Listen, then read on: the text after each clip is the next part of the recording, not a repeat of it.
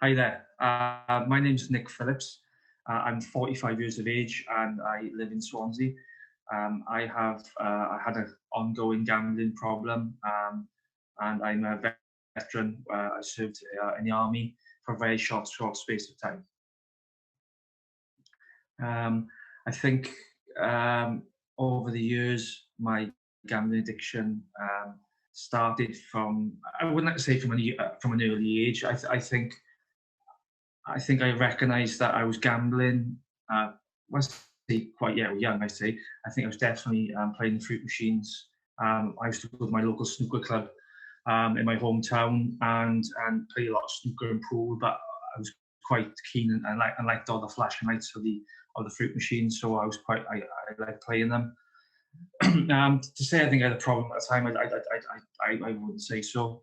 Um, but then I kind of my late teens, 19 years of age, I was quite didn't do particularly well at school, as my mum liked to say to me that didn't achieve what I could possibly achieve. So by grades, so I was quite keen to join the army. I have an older brother who served as well, and so I joined the army at 19. I joined the Royal Logistics Corps. And I joined in January 1994, and I did my basic training in Purbright, which is in Surrey, which they send a lot of the people within that regiment, sort of Royal Logistics Corps to join. And then I finished completing my basic training, and then I was trained to be a driver. So I then went to Leconfield, which is where the driving base is, where they train me for driving. And I did my driver training in Leconfield, which is up near Hull. I then got posted to Abingdon near Oxford, and I was in 4 Regiment.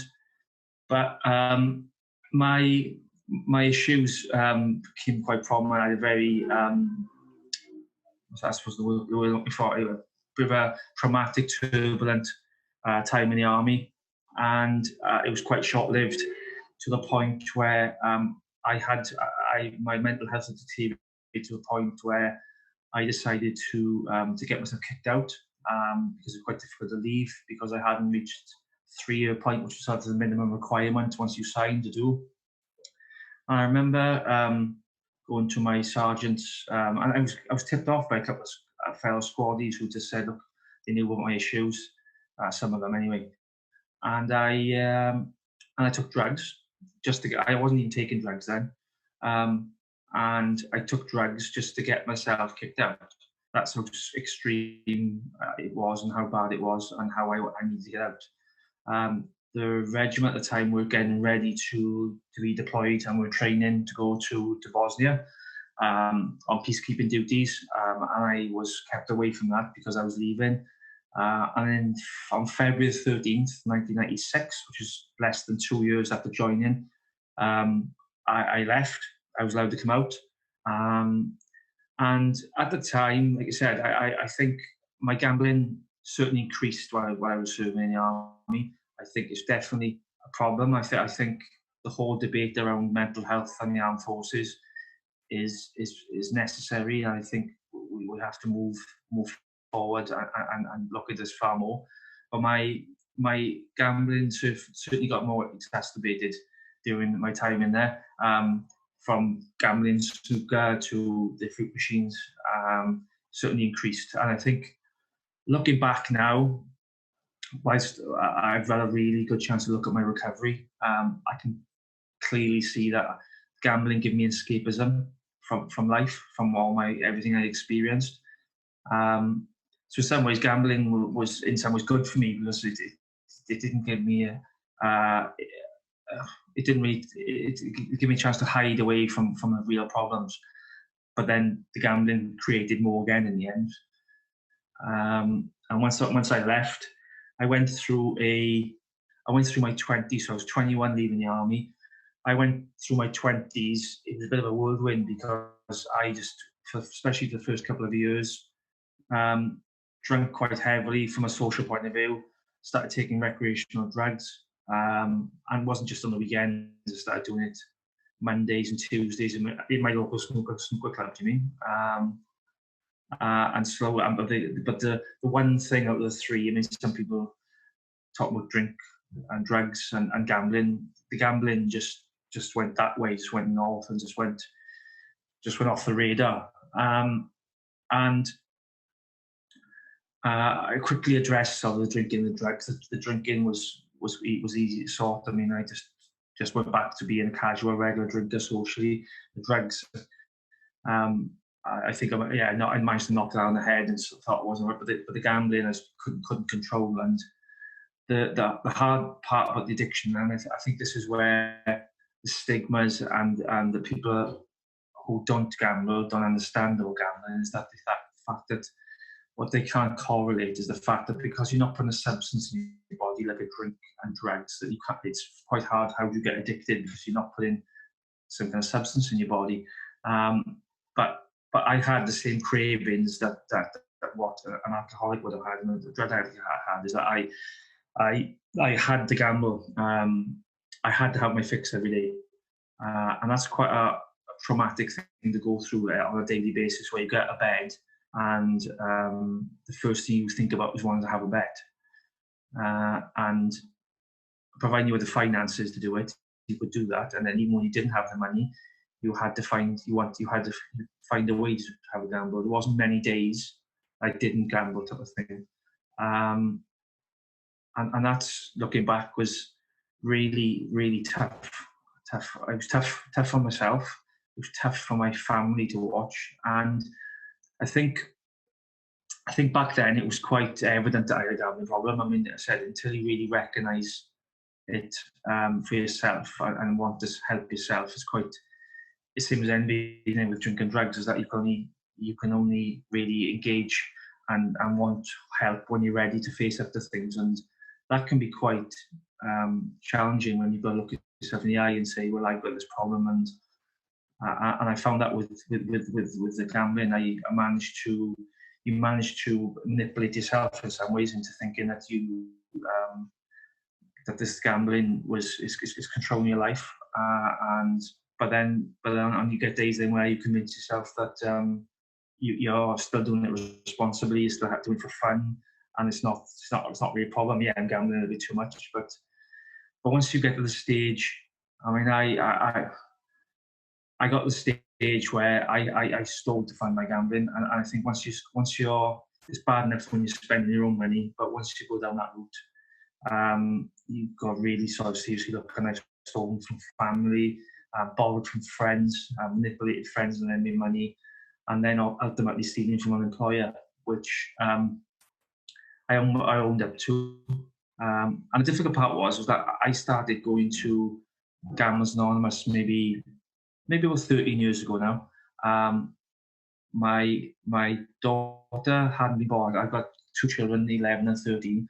I think from recall, my daughter was either, I went to jail just before my daughter was born or just after. And I always remember looking back thinking, whilst I was with my partner, with Amanda, and we were married at the time, I always thought that once you become a parent, you know, responsible for a child, that would kill me. That would go, okay, now come on, wise up, Nick, you've got to stop now, because you're responsible for someone else's life. And when I look back, I think my gambling got even worse in some ways, because I was in and out of work because of the gambling.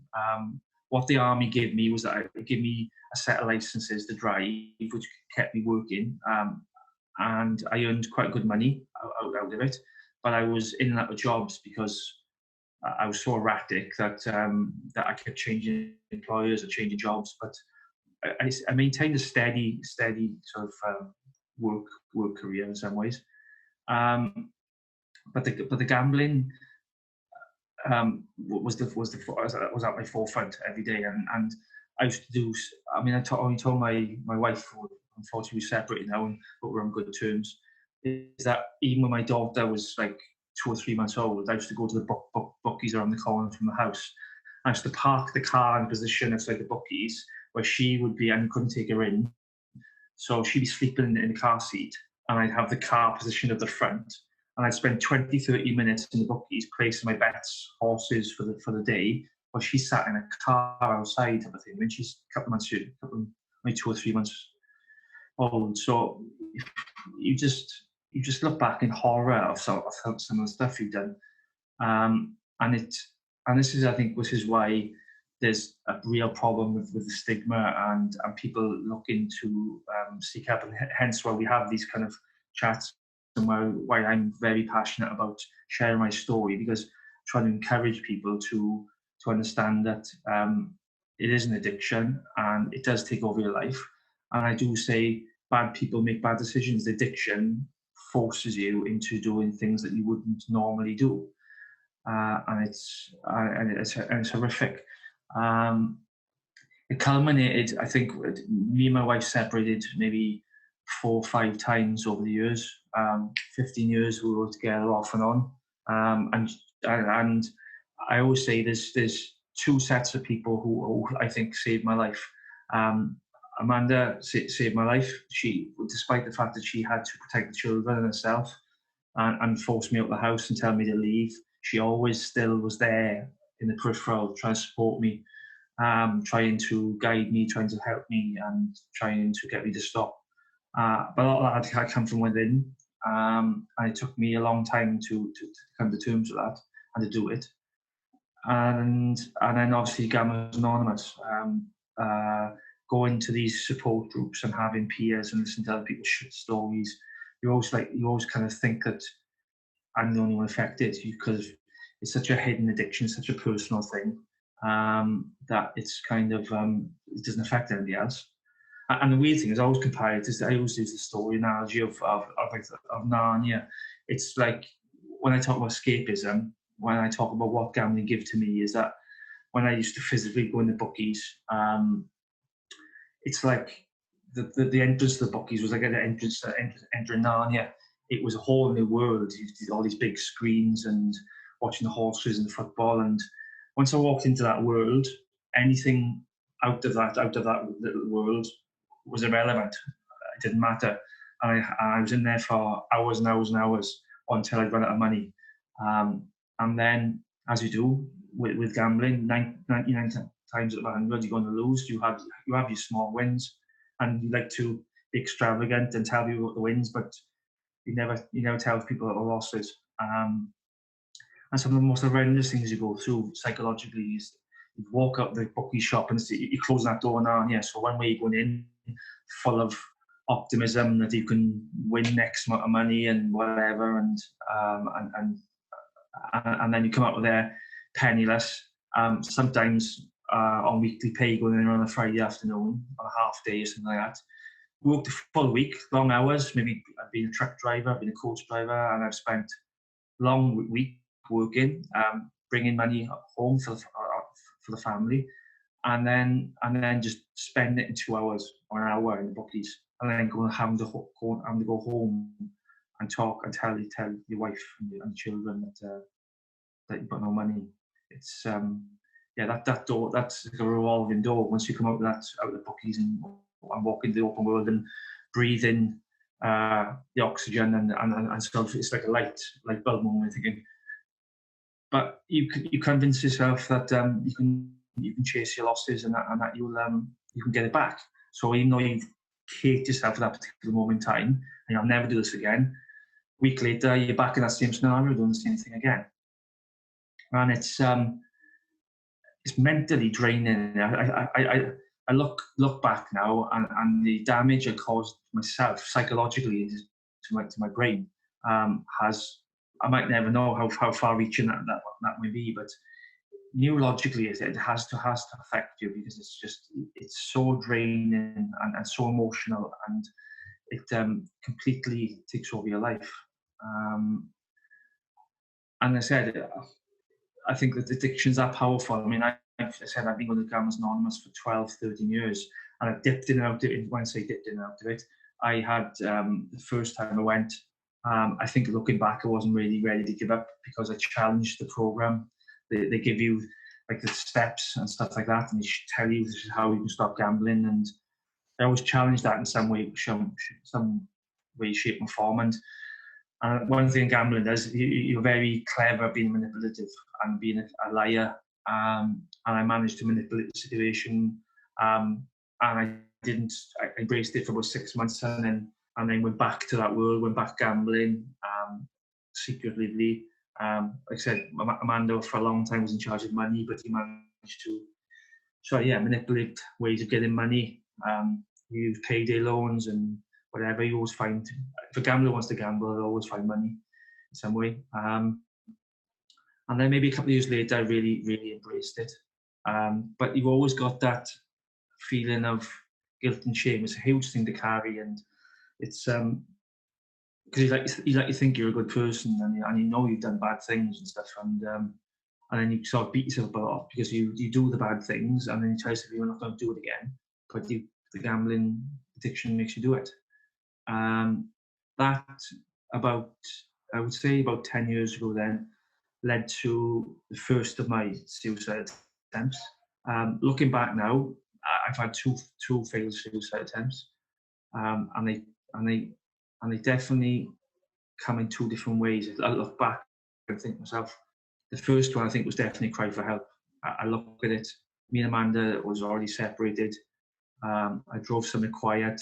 I bought a load of alcohol and saved up a load of antidepressants and tablets, and was taking the tablets like sweet three, and was drinking the alcohol. And then I made a call to her and told her what I'd done. And bizarrely, even though I was sat in the car, Amanda was a healthcare professional at the time as well. She was a trainee paramedic, and said to me, "Look, you need to get some help. Do you need to go to the hospital, get your stomach pumped?" And I said no. But what we agreed to do was, there was a mental health hospital in Swansea called Kevin Coyd. She made the call up there, and I actually drove. Obviously, I don't think they were aware how much alcohol I had, but I drove up there, had an assessment, and got myself voluntarily. I voluntarily admitted myself to the mental health hospital, where I spent 3 months in there, trying to just to get myself back on track. And it wasn't just the gambling. I think my mental health deteriorated. I needed that help. It was quite a scary process, and sometimes, because obviously you're in there with lots of other people with lots of mental health. But I think I needed that stint in there. And this is where the power of GA comes in, because I've been attending GA before. I always remember we had 2 meetings in Swansea on a Tuesday and a Sunday. I'll always remember chairing the Sunday group, physically driving up to the hospital when I was feeling a bit better, because I was allowed to sort of coming out, and he would pick me up and bring me to a GA meeting on Sunday evening and take me back to the hospital after. So the power of the group at the time was massive to me. And I'll always thank GA and the people that were in GA for saving my life in lots of ways. And then I kind of, the second suicide attempt, which I think is more prominent in lots of ways, because really speaking, I'm very lucky. People tell me I'm a survivor of suicide, and I think looking back now, my second suicide attempt was very real. Came off the back of family disagreements, and I wasn't with Amanda at the time. I was living with my sister, and I'd gone on that night out on the night before. We were colleagues, drunk heavily, but I'd had suicide ideologies for a long time. To me, just constantly thinking about suicide and ending it all. And one of the key things was the self-harm I was causing myself and the harm to my family. I'm thinking to myself, if I end my life, then I can't cause any more damage to myself, and I can't hurt my family and friends anymore. So I had these thoughts for a long time over the years, but never acted out on it really in some ways, until this particular, it was November 2016. And it's really surreal, because I was working for a company not far from the Talbot Steelworks driving, and the back of the Steelworks is quite a remote kind of wooded area where there's some industrial stuff. And I remember getting up on Sunday morning. I'd written suicide letters to my mother, to my wife, and to my kids. And it was very real. It's almost surreal, because I was completely at peace with what I was going to do. There was no if, ands, this is what I was going to do. I had no fears of dying. and I was completely calm. And I drove on a Sunday morning to Halfords. I remember buying this tow rope for a car, big yellow bright thing, and I drove to the wooded area. And the bizarre thing was, and I think this is why people say to me now after assessments, is that it wasn't your time to go. I keep getting told that it wasn't your time to go. You weren't meant to go. And I was still in the clothes I had the night before. Sorry if I kind of think it's kind of sometimes you get overwhelmed by this, but I was still in my night out stuff from the night before, and we'd had a really bad frost and some snow. So it was really icy and damp, and I had these sort of nice sort of smart brogue shoes on, and I was still in my night clothes from the night before. I remember trying to climb this tree. I found a really sort of strong tree where I was going to do it, and I was struggling to get the tree purely because of the footwear and because of the ice and because it was really slippery. But eventually got up there, and I was sat on this branch, and I'd hooked the rope around the branch. I'd hooked it around my neck, and I was literally, I literally seconds. And it wasn't a case of building myself thinking, how am I doing? I was just completely, so this is, and I actually was completely at peace with myself. That this was absolutely the 100% right thing to do, and I can't hurt me anymore. I can't hurt myself. This is it. And bizarrely, out of nowhere, I heard some rustling, and a dog appeared in the wooded area, quickly followed by a chap walking his dog, and he was an elderly gentleman, and the dog had spotted me and was having a bit of a bark, and the chap appeared, and it was weird, and he looked at me and he just said to me, "Are you okay?" And he could see exactly what I was going to do. He can't miss it. It was a big bright yellow rope around my neck and around the branch, and I said no. But at that moment in time, I knew I couldn't do it then. There's no way you could perform that kind of act in front of somebody else and put somebody else through that trauma. But I know that I got into a place where I wasn't meant to be found. I was going to a really peaceful wooded area where, yeah, I know somebody was going to find me, but after the event.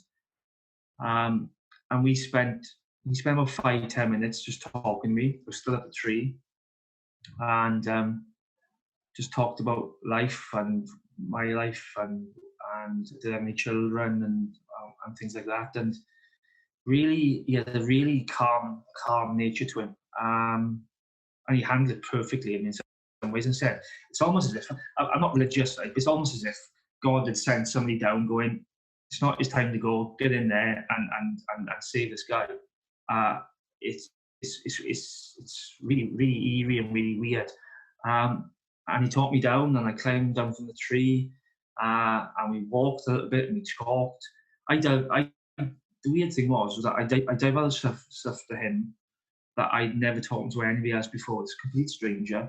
I completely opened up to him about everything, and from that day forward, this is why I'm doing stuff like this, because, as I said, somebody's given me a chance to rebuild my life, really look into my addiction, into everything and address everything. And what came out of that was I went back to Kevin High Hospital for an assessment, and then what kicked in then was a series of assessments and support, and they're still under NHS Veterans Wales, where I have therapy. I had a diagnosis of PTSD, but my recovery journey really started then, and this is where I am today. I think trying to utilize my lived experience. I think one of the key things for me and for my own development, I had a real fascination for trying to learn more about myself, and I thought the psychology stuff of how your mind really works fascinated me. So I'm very fortunate that I'm just about to start my second year. I decided to sign up to an undergraduate psychology and counselling degree in the University of Wales, Trinity St David, locally based. I'm about to start my second year. It's such a fascinating course, and I love it. learning more about myself, and I'm also learning about the whole psychology side of stuff, and that's why I think it's important with the gambling kind of stuff, is the fact that it's the psychology side of things that, and how it impacts the brain when you think the whole dopamine effect of giving you that kind of rush of the gambling. And it's such a fascinating thing, and I really hope that I can. I'm hoping to get my degree as part of my recovery, part of my journey, and I'd like to hopefully have the opportunity to not just share my lived experience, but have that. They said psychology is science, so hopefully have that medical background behind me as well to utilize to move forward. So yeah, it's fantastic.